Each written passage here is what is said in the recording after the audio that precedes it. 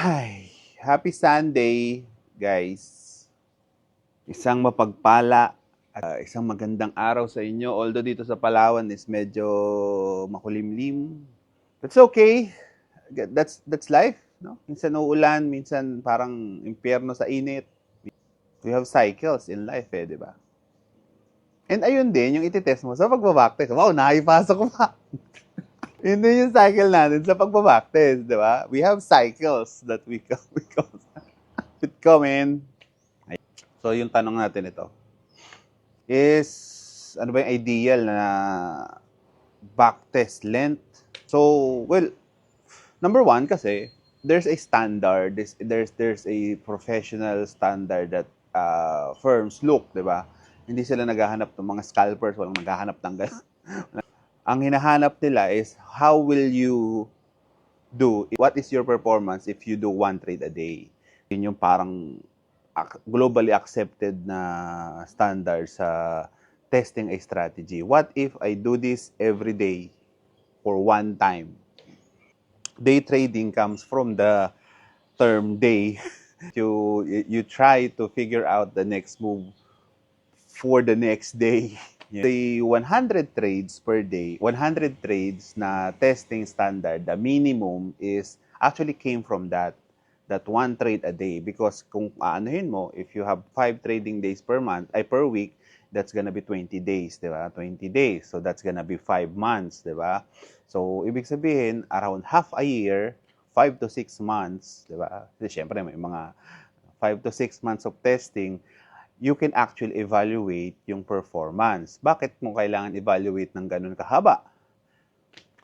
Number one is kailangan mong mabangga yung kailangan mong mabangga yung the uptrend, the downtrend, the shift from uptrend to consolidation, and the shift to consolidation to downtrend, or vice versa, di ba? Kailangan mong makuha yung mga reaction niya. Kailangan mong ma-test yung strategy mo, yung core strategy mo doon sa mga certain shift ng cycles na yon, di ba? Kasi lahat naman gagana kung downtrend o uptrend, di ba? Wala namang sasablay doon eh. It's the shift eh. Yung mga shift na yon, yung mga kailangan mong iwasan, or the actual ranging itself, di ba? So, yun yung parang tinetest mo doon. And the length is actually actually dependent doon sa ano. Ngayon, ikaw, if you're going to test, di ba? If you're going to test, you do 100 trades a day, 100 trades per the last 100 trades.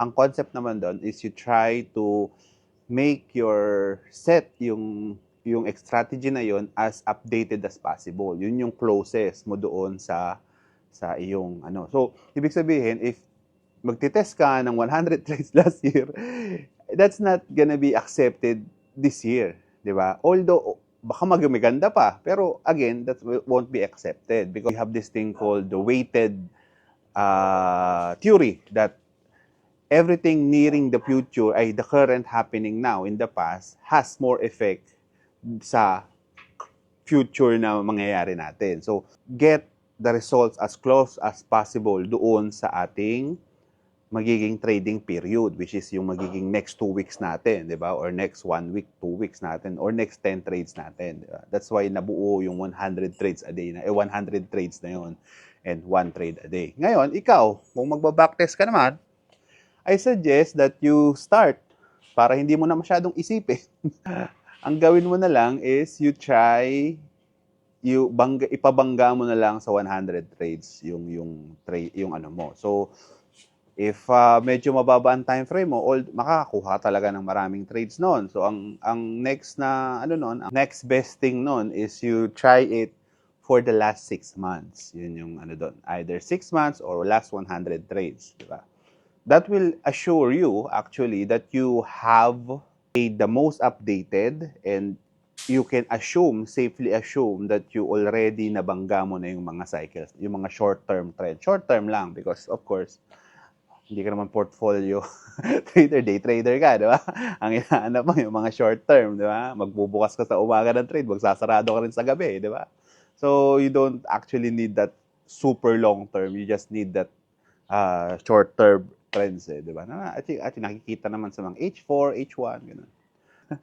So, nasagot ko ba yung tanong mo? Kung nasagot ko naman, papalo mo naman ako. Sige na. Anyway, have a great Sunday, guys.